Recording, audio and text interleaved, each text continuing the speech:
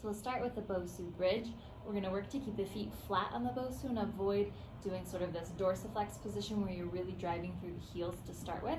You can play with both positions, but let's start with the feet flat. We're going to work to tuck the pelvis in and drive the hips up toward the ceiling. Thinking about taking the spine and moving it segmentally so that you're controlling the roll up and the roll down. So we start down in this neutral spine. We're going to bring the pelvis up and drive up toward the ceiling.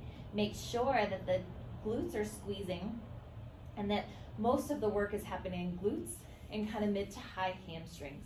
So you're going to tuck and roll. Another great component to add into this is one, you could either add an object between the knees or just pretend like there's something there, that you would actively be moving the legs in toward one another.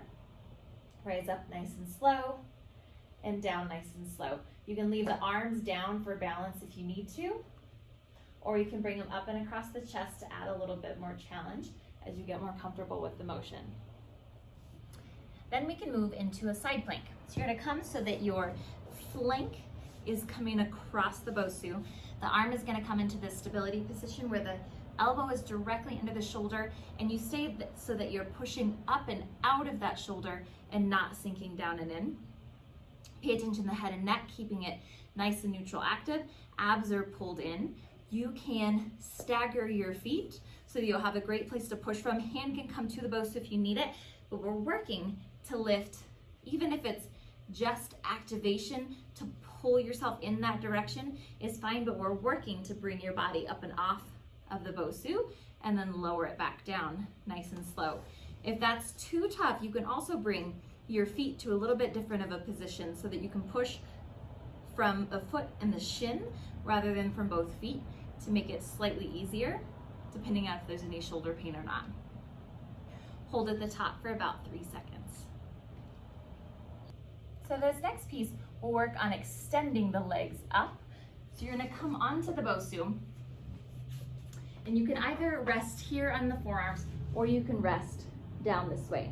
The goal being, we're going to start one leg at a time, and you're working to just extend the leg toward the ceiling using only your glute, making sure that you're not extending through the back to gain range. Right, it's slow and controlled, coming up and lowering down, coming up and lowering down. If that feels good with no pain, we can certainly try both legs. Make sure that your belly is staying pulled in, so the rib cage is tucked in toward itself, belly button's pulled to spine, and don't let your abs just splay out as you do the exercise. There are so many fun things you can do sitting on a Bosu just to add a little bit of an unstable surface, but also elevate you from the ground. So flexibility allows, sitting on the Bosu, we're going to bring the legs out straight in front. You're going to bring yourself upright to a nice tall position. So you're sitting up tall, abs are drawn in. We're going to take some weights and do a little bit of upper body. So let's get the chin tucked nice and neutral. You're going to bring the arms straight up, straight out, and lower them down. And then reverse.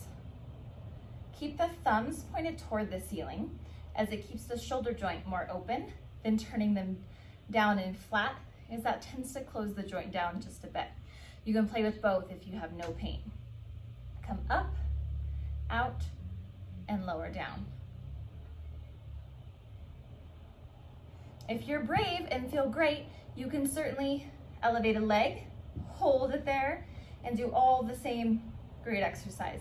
It's a nice challenge for the hip flexor and a great addition for core work. Just make sure you do both sides equally. All right, our last good mobility piece is going to be, Bosu can be kept nearby just for like a hand touch or a balance piece, but it's mostly just for hip opening and a nice good stretch through the core with a little bit of breath. So we're going to come into kneeling. You're going to bring a leg forward, bring the hands down. You're going to plant the opposite hand, and then we're going to rotate and reach. Breathing as you go, so big breath in and breathe it out as you come back. And then we're actually going to come the other way and bring it down. We'll go both directions, breath in and out and in and out. And then we can kind of pop up, bring the other knee down, bring this guy up, Same thing, plant the hand, reach and rotate. Try not to let the knee fall out too far, but really wherever your mobility allows you to go is great. And rotate. If that's not too tough, no pain, you can certainly stay elevated. Pushing back into a down dog, bring the leg forward, open and twist, open and twist.